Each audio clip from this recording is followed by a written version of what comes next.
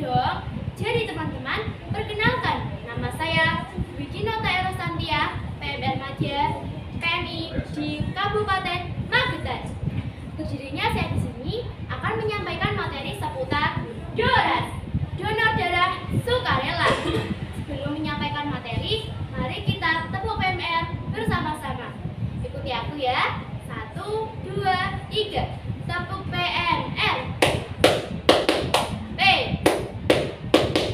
M R PMR Jaya. Terima kasih. Mari kita lanjutkan materi berikut ini. Donor darah.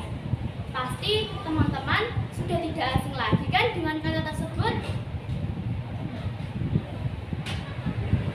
Donor darah merupakan menyumbangkan darah untuk tujuan transfusi darah. Sedangkan transfusi darah itu apa sih teman-teman? Transfusi darah merupakan proses pemindahan darah dari orang yang sehat dan memenuhi persyaratan ke orang yang membutuhkan. Biasanya teman-teman, darah yang dipindahkan berupa darah lengkap atau komponen darah. Komponen darah itu terdiri dari apa saja sih teman-teman? Yang pertama, plasma darah. Yang kedua, sel darah merah. Yang ketiga, sel darah putih. Ada juga keping-keping darahnya.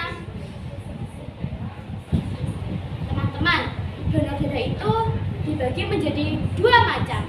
Yang pertama, DDS. DDS itu apa sih? DDS yaitu donor darah sukarela.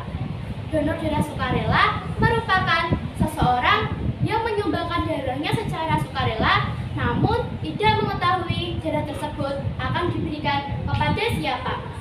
Yang kedua, donor darah pengganti. Donor darah pengganti itu apa sih teman-teman? Donor darah pengganti merupakan seseorang yang dimintai pertolongan untuk mendonorkan darahnya, tapi orang tersebut mengetahui darah tersebut akan diberikan kepada siapa. 4 macam golongan darah. Ada yang tahu? 4 macam golongan darah tersebut meliputi golongan darah A, golongan darah B, golongan darah AB, dan golongan darah O. Kira-kira fungsi darah itu apa saja sih teman-teman? Yang pertama, mengangkut oksigen dari paru-paru ke sel tubuh. Yang kedua, mengangkut karbon dioksida dari sel tubuh ke paru-paru dan selanjutnya akan dikeluarkan.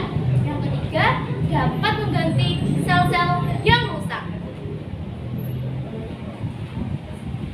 Selanjutnya, syarat menjadi pendonor darah. Ada yang tahu teman-teman? Karena ada yang belum tahu, mari kita bahas. Syarat yang pertama meliputi usia.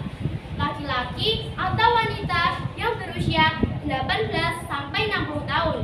Yang kedua, harus sehat jasmani dan rohani. Yang ketiga, berat badan minimal 45 kg. Yang keempat, kadar hemoglobin minimal 12,5 gram. Yang kelima, tekanan darah sistolik minimal 100 sampai 180 hektogram dan tekanan darah diastolik 50 sampai 100 mm hektogram. Selanjutnya ada juga sang pendonor itu tidak boleh memiliki penyakit yang beresiko tinggi.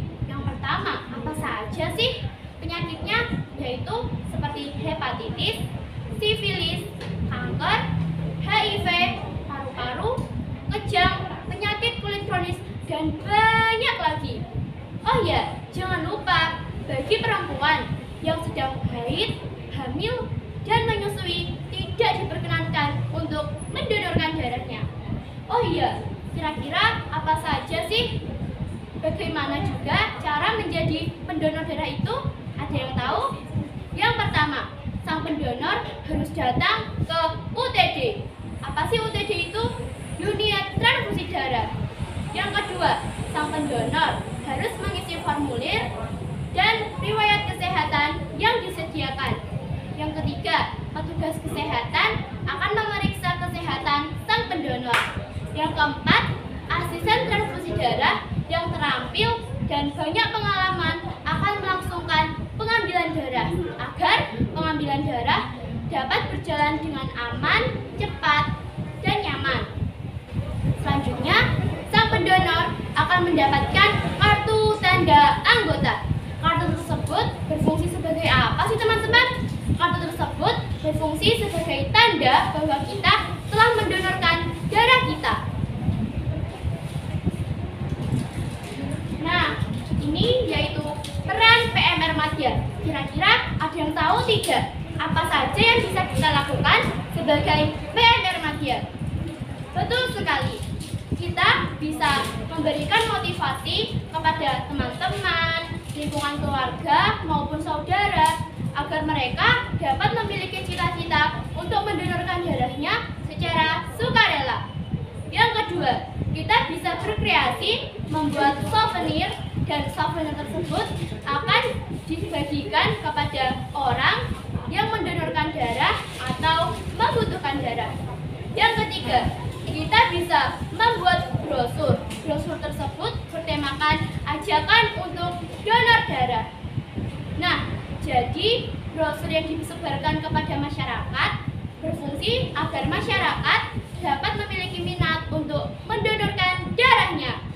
Lalu, kita juga bisa membuat poster dan ditempelkan di tempat-tempat umum agar masyarakat juga dapat mengetahui apa sih manfaat donor darah itu, apa sih donor darah itu, dan banyak lagi.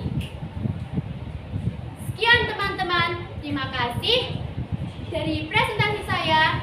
Wassalamualaikum warahmatullahi wabarakatuh.